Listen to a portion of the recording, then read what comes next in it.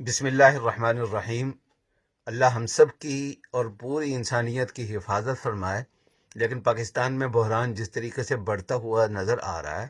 اس میں ایک بڑا جو مسئلہ درپیش ہوگا وہ یہ ہوگا کہ عام لوگ تو حکومت کے حکم کے مطابق گھروں میں بیٹھ جائیں گے اور احتیاط کر لیں گے، لیکن جو لوگ لازمی سروسز فراہم کرنے میں لگے ہوئے ہیں اور وہ اپنی ڈیوٹی سے کبھی بھی مستثنیٰ نہیں ہو سکتے، خاص طور پر ان میں ہیلتھ کیئر پروفیشنلز جو علاج معالجے، متاثرین اور دیگر مریضوں کی دیکھ بھال پہ لگے ہوئے ہیں، ان کا مسئلہ بہت بڑا ہے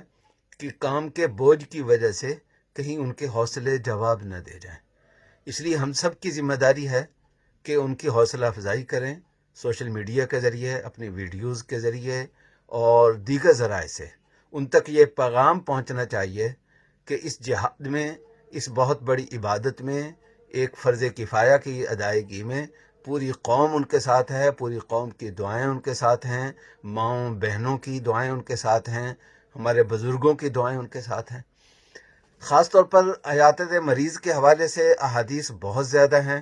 اور مریض کی دیکھ بھال کا اجر و ثواب بہت زیادہ بیان کیا گیا ہے۔ ہمارے علماء کو چاہیے کہ وہ ایک ایک حدیث لیں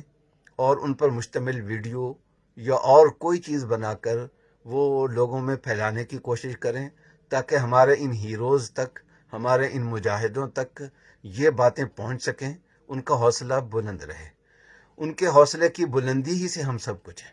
خدا نخواستہ اگر ان کا حوصلہ جواب دے گیا یا وہ تھکن کا شکار ہو گئے، ان کی ہمت جواب دے گئی، تو پھر ہمارا گھروں میں بیٹھنا بھی کسی کام کا نہیں رہے گا۔ اس لیے سب لوگوں کو، رائے عامہ کے رہنماؤں کو اور خاص طور پر علماء کو فوری طور پر اس طرح متوجہ کرنے کی ضرورت ہے۔ اللہ تعالی ہم سب کا حامی و ناصر ہو۔